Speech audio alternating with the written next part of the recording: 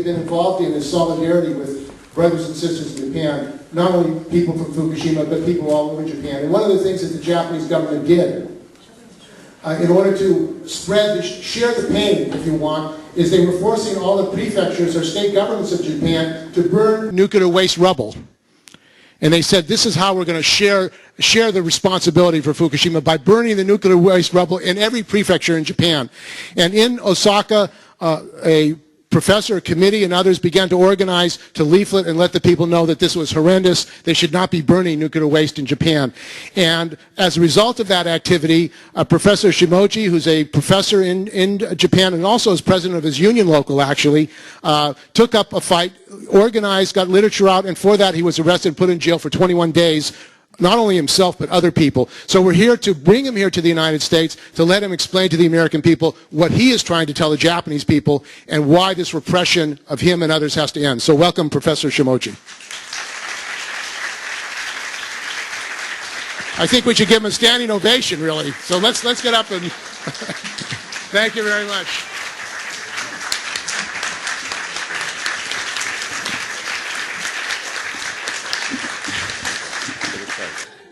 本日はこの場で話す機会をいただきましてどうもありがとうございます。So I would like to point out two sides of the ongoing catastrophe of Fukushima. And to be honest, I myself am very scared because the accident is not under control, despite the fact that our government says it is under control. I'm scared of the chain reaction because it is not only ongoing at the Fukushima Daiichi, but there is also Fukushima Daini, and there is a Tokai reactor in Ibaraki, the oldest one, and Onagawa in Miyagi. And there's such a risk and possibility of chain reactions because 54 nuclear power plants are built in a really small place, that is Japan. So my first point is that despite the fact that the chain reaction, the risk for a chain reaction has been reduced compared to the 2 years ago, but it is still there. And the second point is that we have been releasing contaminated water, and as a citizen and citizen of Japan, as a Japanese person, I feel so bad about this, and I apologize to all of you. So I would say the first of my concern is the contamination, ongoing contamination and further risk. But the second thing is that Japanese government doesn't have neither intention or the skill to solve the problem. And the evidence is that we decided to invite Olympics in 2020. It's a nightmare. So I would like to talk about the sabotage of the Japanese government, and you see that the radioactive materials are like all spread. And as I also have been a part of the movement against the incineration of radioactive rubbles. And I thank for the people who are from California. I saw you protesting against the burnt incineration of radioactive materials here too. So there are two parts. I would say that we are trained to get used to be exposed to low-level radiation to the higher through this incineration of highly radioactive rubbles. And when we get used to it, these ashes, highly radioactive ashes, will be used as a part of like cement. So it's going to be used for buildings, and it's called eco-cement, which is such a nightmare, and it involves like every corporations in Japan and also multinational companies, and all these. And the other thing is that, as other speaker has been talking about, that food contamination is really high, and highly radiated food are eaten and cooked in the school meals, so children are exposed to the radiation internally. And there are also the movements. The Japanese government has been, also the TEPCO and also the corporation has been spreading radioactive materials and to the low-level radiation, so we're getting used to the low-level radiation. That's what my government is doing directly, but indirectly when we look at the multinational or international level, the multinational pro-nukes lobbies are getting in. For example, IAEA has been in Japan, made an office and headquarters, and also they're taking over the health, health research. So they gather all the information and they keep telling lies and they won't release the information to us. So these policies are protested, the people are protesting, people have been protesting against these violent policies, but the state has been using violence to suppress us. And last year in December, I was detained for doing nothing for 20 days. And this has been really fascist of Japanese government that we are, for those of us, like they're trying to pass this law against those activists or anybody who is trying to reach to the information that is not really convening for the government or corporations. So the activists or people will be punished by accessing or revealing whatever that is inconvenient. So what I would like to share is not only about the nuclear accident, but historically and also politically, this is such a dangerous situation for Japan and other countries because Japan doesn't seem to have any self-control. And it reminds us about the situation just before the World War II. I would like to finish here, but like if you have any questions, I would love to take your questions and please talk to me. 3 brief questions, just particular for him, if you have any. Mary Beth?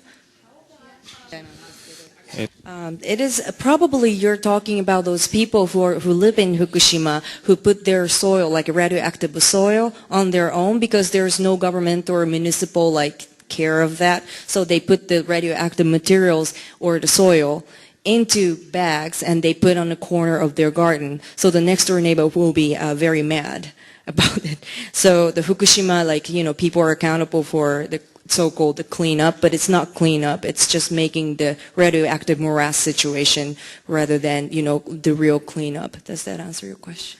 Can you talk about the former Prime Minister Abe's mentor, Koizumi, and coming out to be anti-nuclear, please?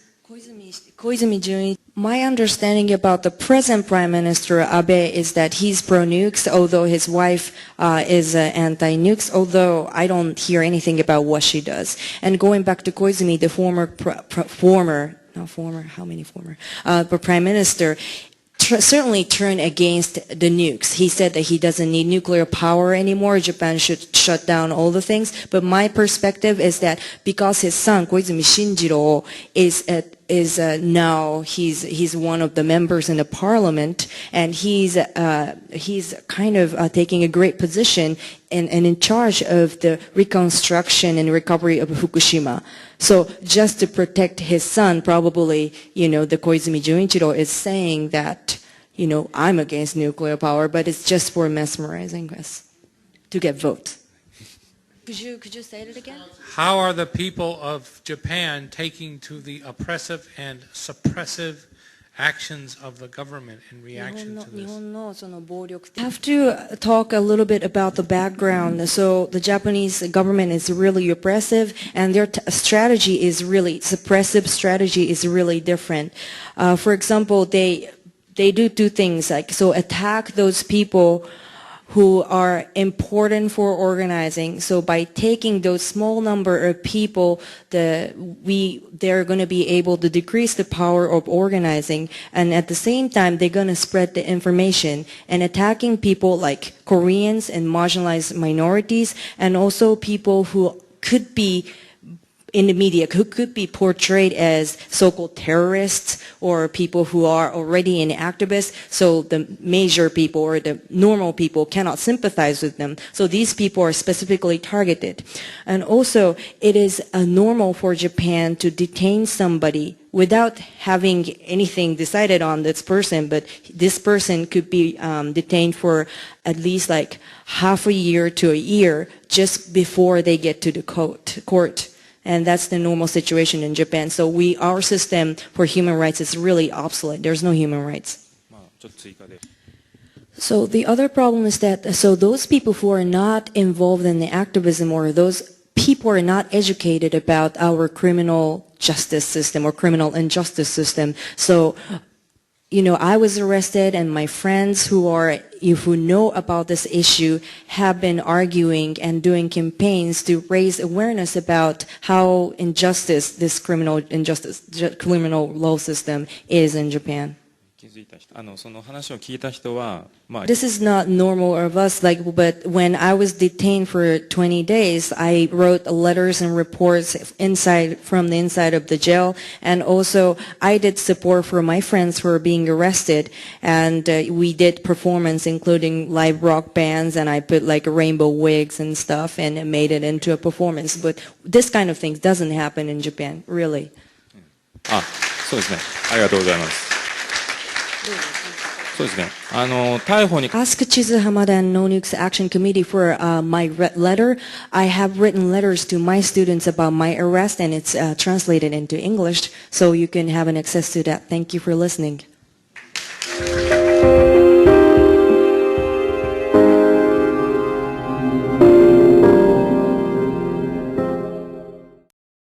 We need to get subscribed and get this unity stronger and beat YouTube at their own game. Okay, that's what this is about.